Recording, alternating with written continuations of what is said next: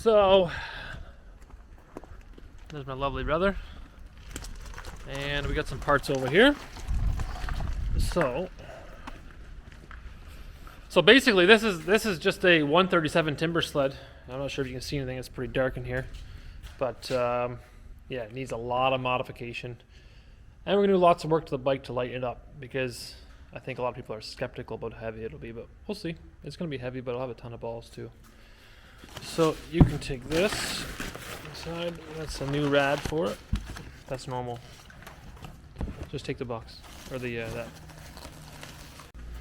The status on this bike is that it is a salvage bike. It's a 2019 Tuono, and I'm not sure. It's pretty obvious to see what the guy did with it before. Like, he was definitely racing it or something like that, because you can see that there's no clamps on the exhaust, so they definitely had an SC Project exhaust. There's a sticker on it, but when I got it, I noticed that there's no coolant temp sensor. There's definitely a hole in the rad right about there, so I got a new rad for it already. So today we're basically going to put a fresh battery in it, put a new rad in it, get it running. Hopefully it runs, because I did run it without coolant like an idiot, just trying to have some fun with it.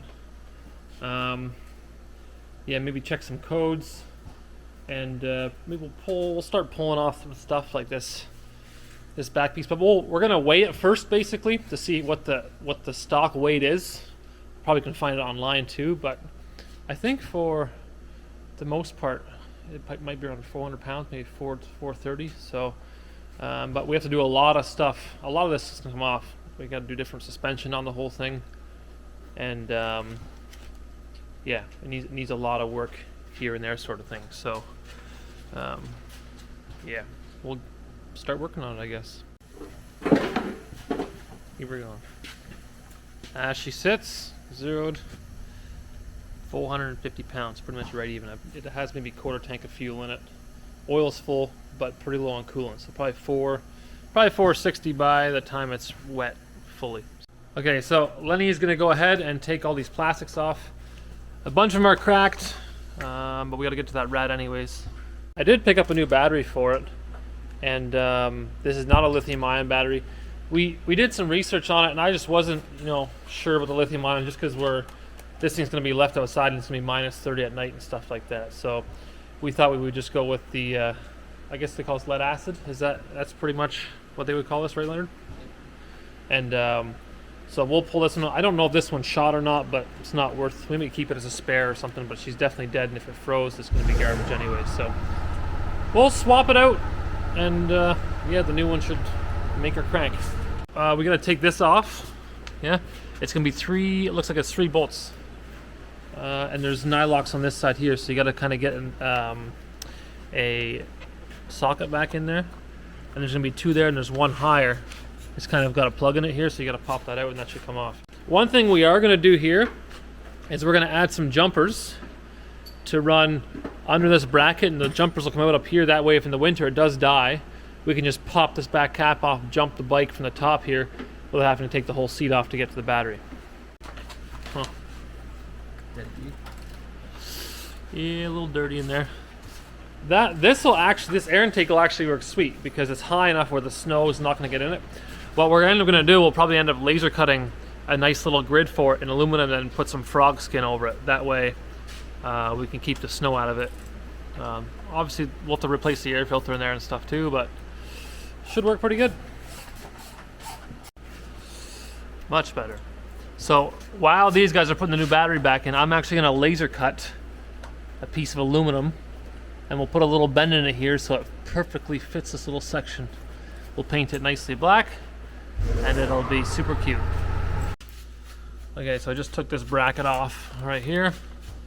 It was kind of bent, so a little bit of hammer action. She's nice and straight again.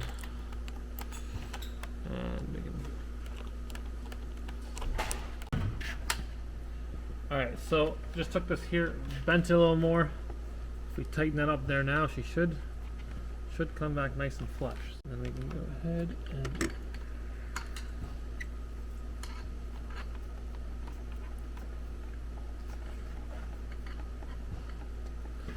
there.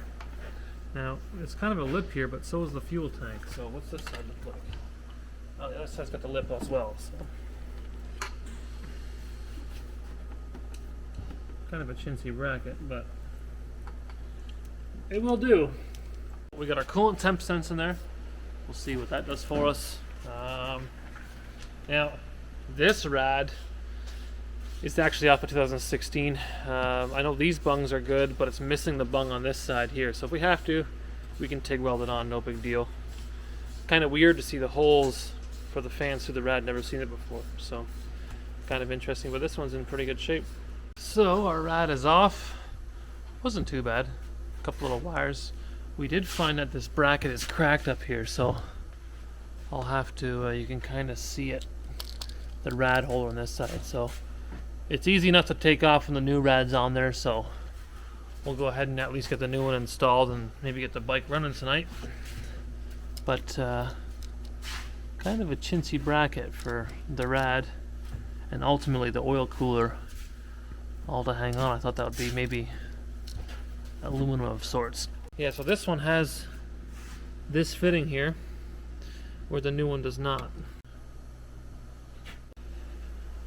And we might have to crank it a couple times just for it to swallow and then fill it, crank it. I'm not sure what the capacity is, but nothing like some good old Honda antifreeze. Hopefully it's the right type. I know there's types, but I'm not too worried about it. Alright, so we got it pretty full. We're just going to give it a light crank for a second.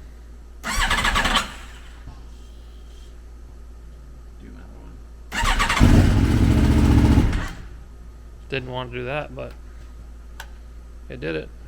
I've never driven a street bike before, so.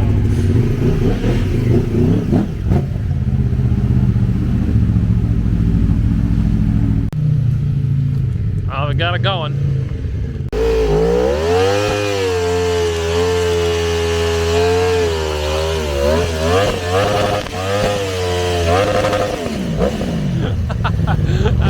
That's so sick.